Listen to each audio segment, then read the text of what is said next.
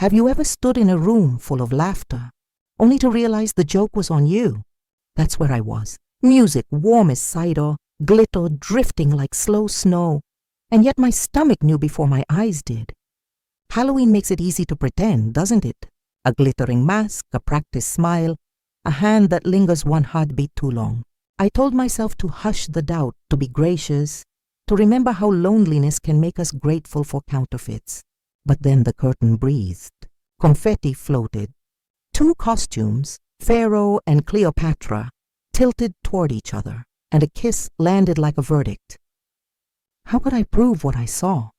When everyone wore a mask. Maybe you've asked that too. When a sister borrows more than earrings, when a partner borrows your trust. I didn't cry. I recorded the timestamp. I memorized the watch glint, the height, the jeweled collar Lydia begged to borrow for luck. By morning, my fiancé was exposed, and my sister lost more than she expected. It began as a costume contest. It ended as a public reckoning. For 35 years, my mornings began the same way, before dawn, with the hum of ovens and the smell of rising dough. My bakery wasn't just a business. It was how I spoke to the world. People came for my honey rolls and stayed for the quiet kindness I folded into each loaf. After my husband passed, the shop became my rhythm, my company, my reason to wake up when the grief pressed too heavily. By 66, I had made peace with solitude. I told myself love was a season that had passed. But then Charles walked in one rainy morning, asking if I still made those apple tarts his mother loved. He was a gentleman in every way that counts. Steady, polite, the sort of man who noticed small things. The chipped handle on the coffee mug, the way I tucked a strand of hair behind my ear when I was nervous. We shared dinners that felt easy, laughter that came naturally, and soon I found myself believing in second chances. My sister Lydia, 10 years younger, all sparkle and storm, teased me endlessly about it. "You're glowing, May," she'd say, "like you found magic again." I laughed, not knowing how close that word, magic, would come to meaning illusion. Lydia had always been different. Where I built things, she borrowed them. Where I saved, she spent. Our mother used to say, Lydia could charm the wind into blowing her way, and it was true. People adored her energy, her wit, her ability to turn any gathering into a story. I envied that once. But charm can be a currency that runs out fast when it isn't backed by sincerity. Still, she was my sister, and I wanted her near me when I said yes to Charles's proposal that spring. Our small town had its traditions, parades in summer, bake sales in fall, and every October the grand Halloween charity gala. I'd helped organize it for years, raising funds for the children's hospital. We'd decorate the town hall with cobweb lace and amber lanterns, everyone coming masked and dressed to outshine one another. Lydia lived for it, the spotlight, the applause, the prize for best couple costume. I used to laugh at how seriously she took it. "It's just for fun," I'd tell her. She'd wink back. "Winning is fun." That year she asked if she could help me plan the event. I was glad. It felt like old times again. Her humming through my kitchen as we sorted invitation cards, our laughter spilling like sugar. When she mentioned that Charles had offered to help too, designing props for the stage, I felt touched. 2 people I loved coming together to support my charity. How could that be anything but good? I remember that last morning before the party vividly.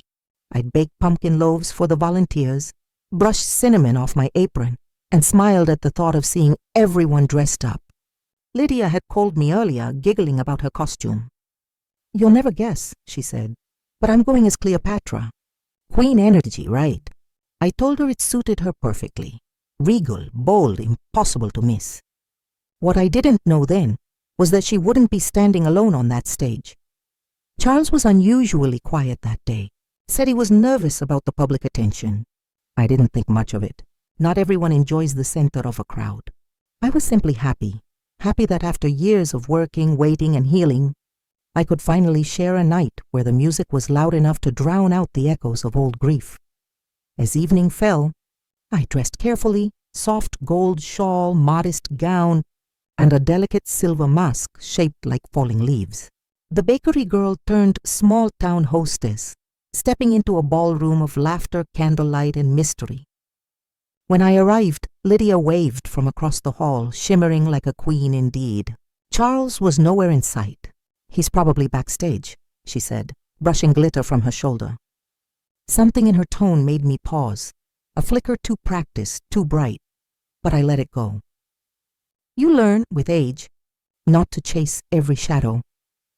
I didn't know that this night, the one I thought would be filled with music and joy, would test every lesson I'd ever learned about grace, trust, and silence.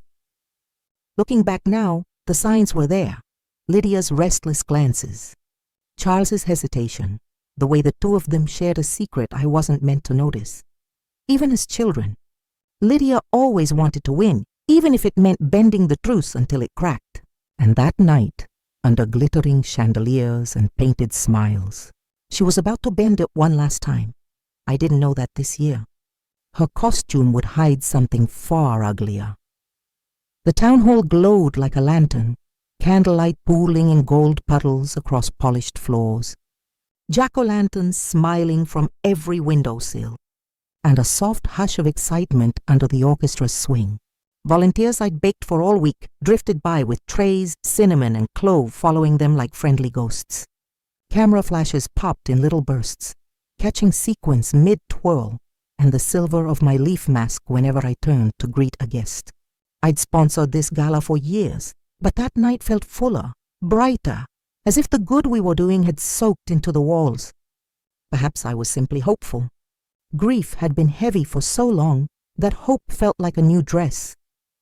We'd added a twist to the fundraiser, an anonymous couples costume competition. No names, no introductions, just numbers pinned discreetly beneath brocade and velvet. The prize was modest but charming. A dinner for two at the Riverside Inn, the one with the porch swing and soft lamplight, and everyone wanted it. Laughter rolled in waves as pairs posed for the judges, playing at mystery and romance. I rotated between donor tables, refilling gratitude as if it were tea. From across the room I spotted Lydia's Cleopatra, gold collar, sculpted wig, shoulders held royal and high. Near her, Pharaoh stood just so, his hand at her elbow with the sort of familiarity that reads as chivalry in a room like this. Lydia's laugh rang out, crystal bright, and I smiled despite myself. Then a second laugh, a lower, softer echo I knew by heart. Charles had that way of laughing when he was both charmed and trying to hide it, a sound tucked into the throat like a secret. I told myself he was helping backstage, greeting guests near the curtain, being kind. Why shouldn't he? We were all here for a good cause. I continued greeting neighbors, the retired music teacher with a fox mask, the couple from the hardware store dressed as meteorologists forecasting a spooky cold front. I shook hands. I thanked people and I promised an extra tray of pumpkin scones for the hospital nurses. Yet under the pleasantries something tugged. It wasn't loud. It was a thread somewhere near the rib cage. When I glanced back, Lydia's hand lingered on Pharaoh's sleeve a heartbeat longer than a joke would require. Stop it, I told myself. Don't make shadows where there is light. When you love someone, you explain away the things that hurt. I have learned this slowly, as a baker and a widow and now a fiancé. You learn to be generous with benefit of the doubt, to leave space for harmless coincidence. People brushed past me with their compliments. I heard them but felt them like touches through gloves. The band shifted to a lilting waltz. The lights softened to amber. For a moment my worry melted. I even waved toward Lydia when she lifted her goblet in a playful toast. She shone delighted, and then the pair slipped toward the velvet curtain at stage left. It was nothing. People were coming and going all evening. The judges needed couples in a small waiting area for introductions and scoring photos. Still, the movement pricked me. Same height, same gait.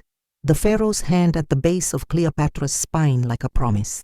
A photographer turned, his flash ricocheting off metal. For a single second, the light found a familiar glint around a wrist. My breath hitched. Charles wore a watch he never took off, an old, tasteful piece with a narrow, rectangular face that caught light like a sliver of moon. I had polished it for him once, the week he asked me to marry him. I tried to anchor myself in the sensible. Maybe the pharaoh was someone else entirely. Half the men here were the same height in platform sandals and headdresses. Maybe the glint was a cufflink, a bracelet, a stray sparkle from a mask. I steadied a tray the volunteers had left on a table and busied my hands with napkins, that age-old cure for nerves.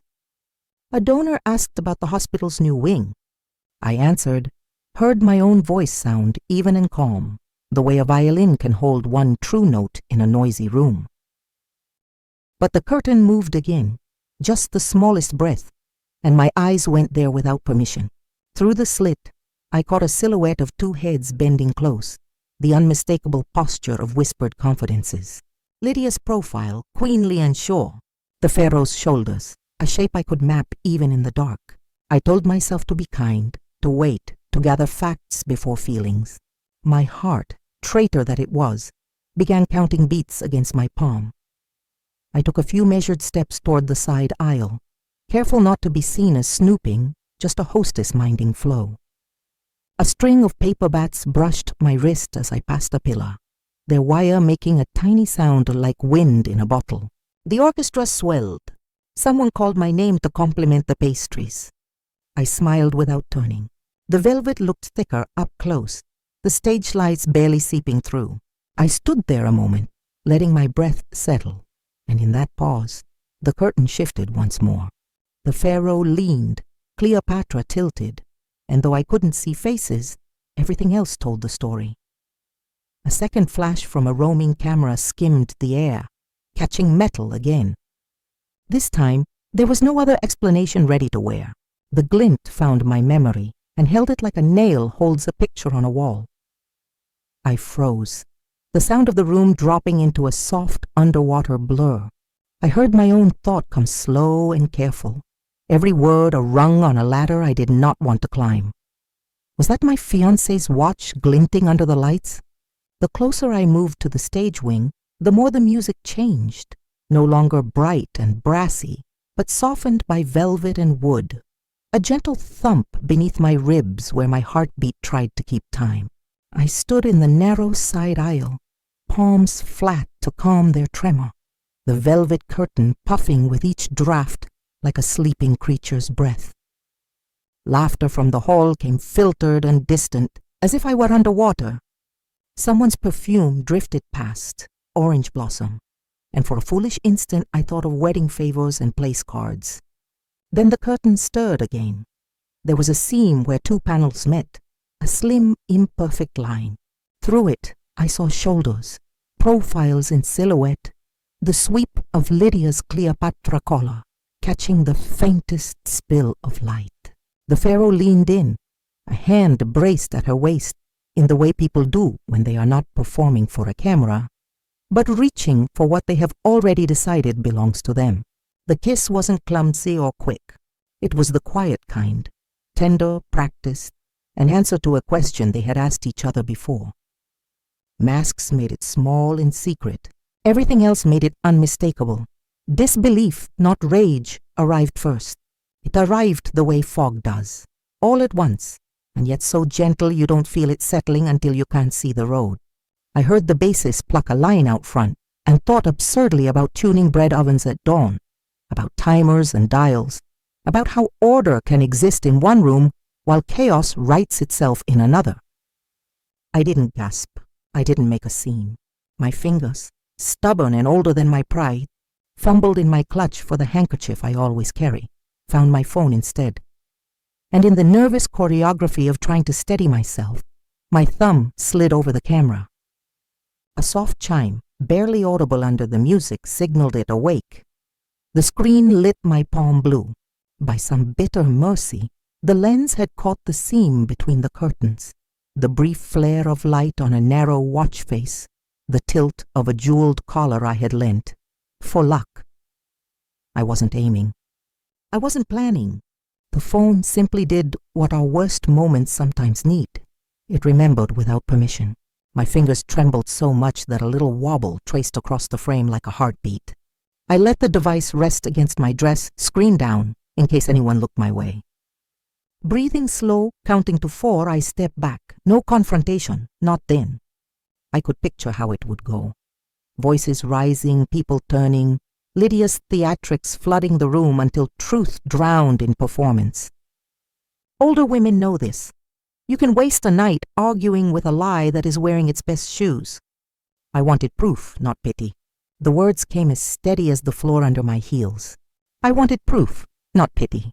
A volunteer brushed by, murmuring thanks for the scones.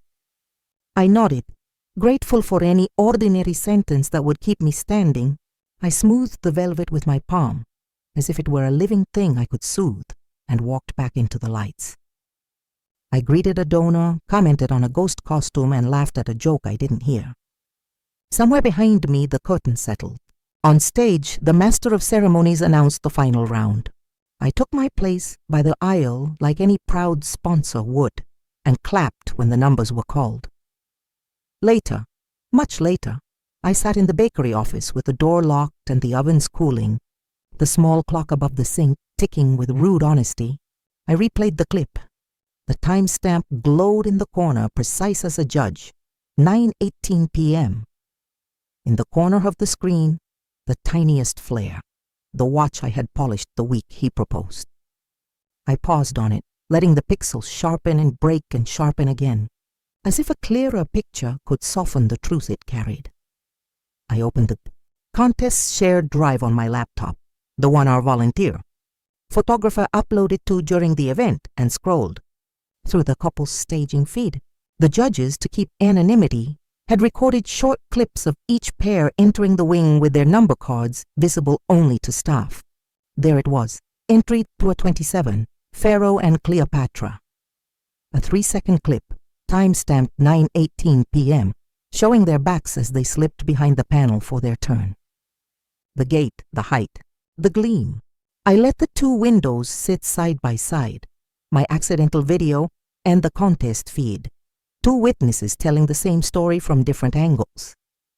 In the monitor's reflection, I saw my own face, not furious, not broken, simply older than the night before. Proof doesn't ease pain, it only makes it undeniable. I folded my hands to stop them from shaking and did the next merciful thing I could think of. I labeled the files, backed them up twice, and wrote the times down in my paper ledger.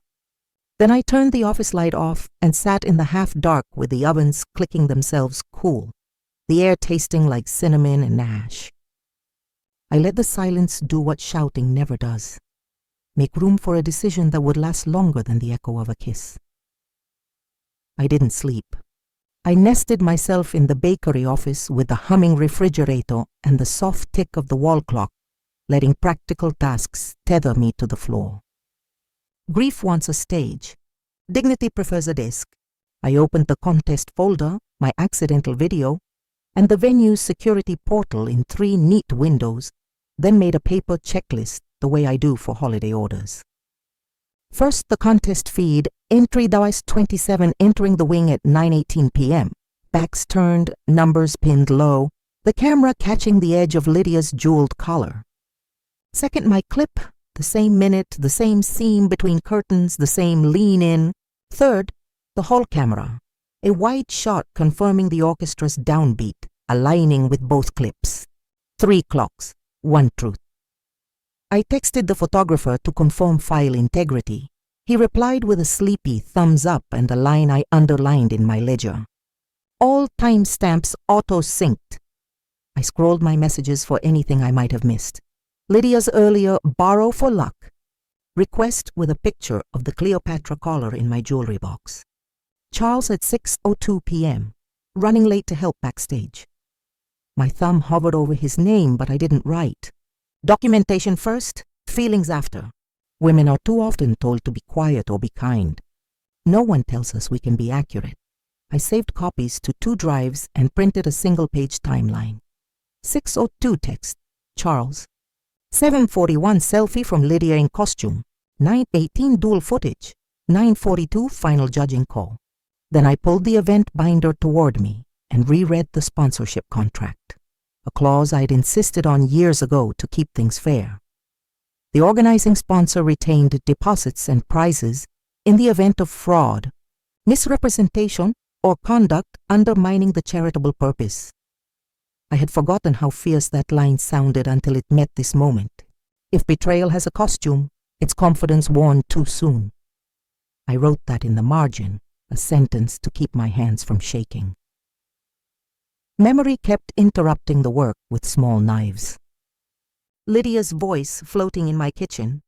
"Come on, Queen Cleopatra needs sparkle. Lend me the collar for luck." My laugh, indulgent and older sister proud. Charles, in my doorway later, smoothing his tie. "You'll be my queen tonight." I had believed both statements, one layered on the other like cake and frosting. Pretty until you cut into it. I let the ache pass through like weather and returned to the page. Every time my chest tightened, I checked another timestamp. Every time a tear threatened, I named a file clearly and placed it where I could find it again. Order is not denial. It is how some of us survive. By dawn, the ovens were warm again, and the office smelled like cinnamon and ink. I printed 3 still frames, one from each source, and slipped them into a plain envelope with the timeline and a copy of the clause. I did not add a note. I did not circle faces. Let evidence do the talking. Let my voice be used for something steadier than accusation. I emailed the Master of Ceremonies and asked to add a brief sponsor's announcement before the awards. "Just a reminder about rules," I wrote. He replied, "Of course, May, you're the heart of this." I washed my face at the small sink, braided my hair, and chose a simple dress. I would not arrive as a scorned woman. I would arrive as I always had, a steward of community, a keeper of fairness. If anyone looked closely, they would see age and resolve and the quiet of a long night. But most would only see the hostess returning to her own event, smiling at donors, thanking volunteers, making sure the coffee stayed hot. I thought of Lydia and of Charles, their certainty, the way they moved, as if the room belonged to them. I thought of the way triumph makes people careless. Let them have it, I decided. The full shimmer of the spotlight, the applause that rings too loud. I wouldn't chase them into corners or pull at masks with shaking hands. I would stand in the light and hold a mirror steady enough for everyone to see. I slipped the envelope into my bag and locked the office behind me. When I stepped into the morning, the street was quiet, broom bristles whispering against fallen leaves. I let them crown themselves before the crowd. The hall was full again, lanterns glowing, brass bright, the polished floor reflecting 100 small excitements. The judges filed back to the table, numbers tallied. The drummer lifted 2 sticks and let a teasing roll gather the room into a single held breath. I stood near the aisle with my sponsor badge in a calm I had earned hour by hour. When the MC beckoned, I stepped onto the stage and took the microphone as if to thank donors, as I had done every year. "Friends," I said, letting my voice travel the room like warm tea in a cold hand. "You've given generously tonight. The hospital will feel your kindness." Applause. A wave, a nod to the volunteers. I continued, "And now, our winners." The envelope waited on the lectern, dramatic as always. The MC cracked it and read the number. A cheer, then the crowd parted. Pharaoh and Cleopatra emerged, gilded and radiant, the spotlight following their confident glide. I smiled. It did not reach my eyes. "Congratulations," I said, and even I admired how steady it sounded. "Before we present your prize, a brief reminder about the rules, because fairness is why we're here." I lifted my phone, already connected to the projector. The screen behind us woke into light. A short clip filled it, a velvet seam, 2 silhouettes, the tender tilt-in that needed no faces to name it. In the corner of the frame, the timestamp glowed, 9:18 p.m. Gasps arrived like a small weather front. First a ripple, then a hush heavy as snowfall. Lydia's smile broke at the edges. Her hands rose as if to catch words before they fell. Charles stared at the screen, then at the floor, then nowhere at all. The band stilled itself without a cue. Someone in the back whispered, "Oh!" the way people do when a curtain drops, and the play is not pretend. Silence can be louder than screaming when truth speaks for you, I said. Not to the cameras, but to the women who were watching for the next step. I didn't list grievances. I didn't explain love's blind arithmetic. I simply turned a page in the binder on the lectern and read the line I had underlined at dawn. As per our sponsorship agreement, I said, any winner engaged in conduct that undermines the charitable purpose, including fraud or misrepresentation, will forfeit the prize. The event deposit remains with the organizer. A murmur of approval, low and grateful. I handed the envelope with the printed timeline to the MC. For the record, I added gently. Then I looked at the man who had asked me to be his wife. "Charles," I said, and the room leaned in though my voice did not rise. "Our engagement is ended. Please return my key to the bakery when you collect your things. There is nothing further to discuss." I set the microphone back in its cradle. No throwing of rings, no breaking of glass. I smoothed the edge of the lectern with my palm, a habit, and stepped away. The applause that followed wasn't wild. It was the soft, standing kind that older hearts give to a steady exit. A woman near the front pressed her hand to her chest. The drummer laid his sticks down. The projector dimmed.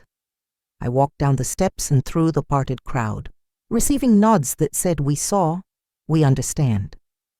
Behind me, the MC cleared his throat and spoke of donations, of community, of moving forward. Ahead, the doors opened to the cool night. Lanterns flickered in the breeze. I let the autumn air settle across my shoulders like a shawl and kept walking, away from spectacle, toward the quiet kind of victory that doesn't need to be announced twice. Top of form morning came the way mercy sometimes does. Quietly, through the blinds, finding what's left and warming it. I unlocked the bakery before the street had a voice, tied on my apron, and let the steel bowls and wooden spoons remind my hands of what they know. Flour made small clouds. Water found it like a long-lost friend. Salt and honey stitched the mixture into something that could become bread. I scattered yeast and watched it bloom. Tiny, brave bubbles lifting what looked like failure. That's the lesson baking keeps teaching me. Collapse isn't the end. It's the part that makes rise possible. The ovens ticked awake. I kneaded until my palms were steady, until grief had somewhere useful to go. Each fold, turn, and press felt like a sentence smoothed, an accusation I didn't need to speak out loud. Outside, the sun climbed the brick across the street, inch by respectful inch. Inside, the proofing baskets filled with quiet promise. I didn't replay last night. I didn't rewrite it. I let heat and time do what they always do, transform. Near 7, the bell over the front door chimed. No customer, just the mail slot whispering. An envelope slid across the floor, my name written in a hand I'd recognize anywhere. Lydia's Loops, as pretty as a practiced apology. I picked it up, felt the slight weight of too many words, and set it on the counter beside the cooling rack. Some letters asked to be read. This one asked to be archived. The cinnamon loaves needed scoring. The rosemary bowls wanted steam. I gave the living things my attention. You see, there is a difference between closure and chaos. Chaos begs for witnesses. Closure requires none. Chaos wants a scene. Closure wants a shelf. I chose the shelf. I slid the envelope into a manila folder, contracts and receipts, and filed it the way I file invoices after they've been settled. When people show who they are, don't argue. Archive. Not out of spite, but out of stewardship for your own peace. Some histories are safer as records than as conversations. As the first customers arrived, the nurse who always buys a dozen, the grandfather who orders one roll and a story, I found myself speaking softly of ordinary things. Weather, apples, a sale on day-old biscotti. They looked at me the way people do when they've heard something and are hoping you'll be okay. I was okay, in the way a well-built house is okay after a storm. A few shingles lost, but the frame still sure. Dignity is the real costume, I thought. You don't put it on, you grow into it. the way dough grows toward its shape. Between batches, I wiped the counter, then paused, palms flat on the cool wood. If you've ever chosen truth over comfort, you'll understand what I did next. And if you missed my previous story, where a mother showed up to a wedding with the truth, you'll want to watch that one right after this. End screen. My son's fiancé banned me from the wedding, so I showed up with the truth. I poured coffee and watched the street gather itself. A school bus sighed at the corner. A neighbor swept leaves into respectful piles. Peace is not a trophy you win. It is a practice you keep. Revenge is a noisy guest who never leaves. Peace does the dishes and turns off the lights. So I did the small faithful things. Set out butter, cut twine for the brioche, wrote fresh on a chalkboard sign, and let last night take its proper place behind me. Not erased, not displayed, simply filed. When the timer chimed, I opened the oven and met the quiet roar of heat. Crusts crackled, the bread breathing out its last secret. I listened, smiling. Some truths once baked don't need to be announced. They feed you by being what they are. Top of form spring softened the town's edges by the time I returned to the hall. Same lanterns, same polished floor, but a different season in me.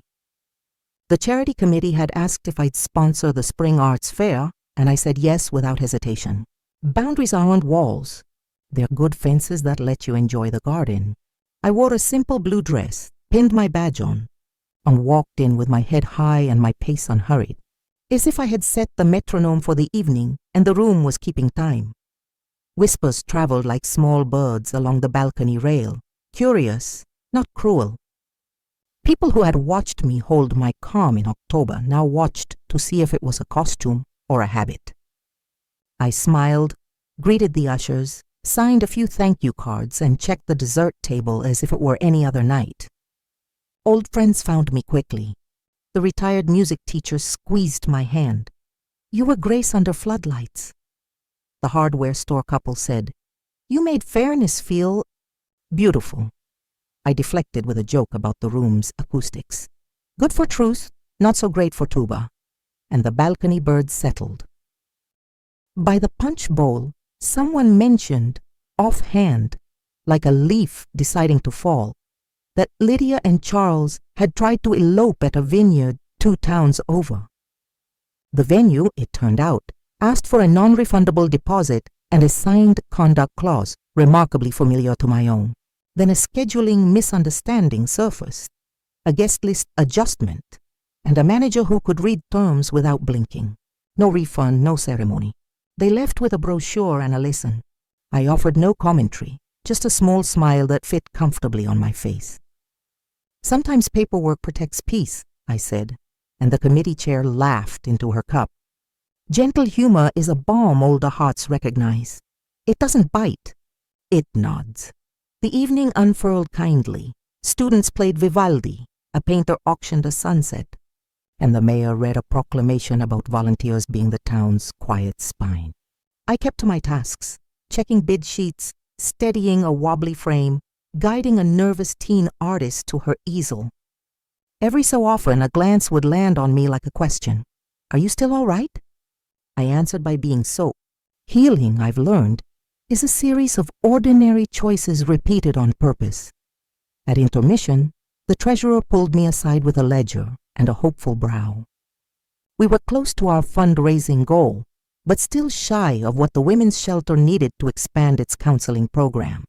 I had come prepared. From my bag, I took an envelope, the same kind I had carried on the stage months before, and slid it across. Inside was the deposit our Halloween winners had forfeited, now accompanied by a personal check to round it up. For the new therapy room, I said, add a lock that closes softly. The committee went quiet in that sincere way gratitude makes people quiet. I kept my tone light to let them breathe. Consider it a costume change, I added. Turning glitter into groceries. They laughed, relief mixing with resolve. The treasurer dabbed her eye and wrote the new total on the chalkboard, in a hand that grew steadier with each number. Before the lights dimmed for the second half, I stepped to the back of the hall and took in the scene. Neighbors leaning in. Programs fanned on laps. A room practicing goodness out loud. No ghosts. No glances over my shoulder. Just boundaries doing their silent work so belonging could do its louder one. A volunteer passed with a tray of lemon bars. I took one, broke it in two, and handed half to the usher at the door. When the quartet resumed, I found my seat and let the music stitch the months together. October's tremor, November's paperwork, December's quiet, January's long walks, and now April's clear light. Some stories end with confession, some with applause. Mine ended with a donation slip, a counseling room funded, and a clause that turned out to be a kindness in disguise. I rested my hands, open on my lap, and thought, this is what moving on feels like. A gentle click, like a well-made lock closing where it should, and opening where it matters. Trust isn't about what people promise when they love you. It's about what they honor when no one's watching. I learned that on a night of lanterns and laughter, when costumes permitted people to pretend and truth still found a way to step onto the stage. Since then, my days have returned to their humble choreography. Dough rising, counters wiped clean, the bell above the door chiming like a polite heartbeat. Yet everything is different because I am different. Dignity has a weight you can lean on. I close the bakery most evenings with a small ritual. I snuff the candles on the cafe tables and watch the last curls of smoke climb and disappear. I hang the staff aprons and on one hook, the silver leaf mask I wore to the gala. It's not a trophy and not a wound, just a reminder that some disguises are honest. We wear them to celebrate. Others ask to be retired.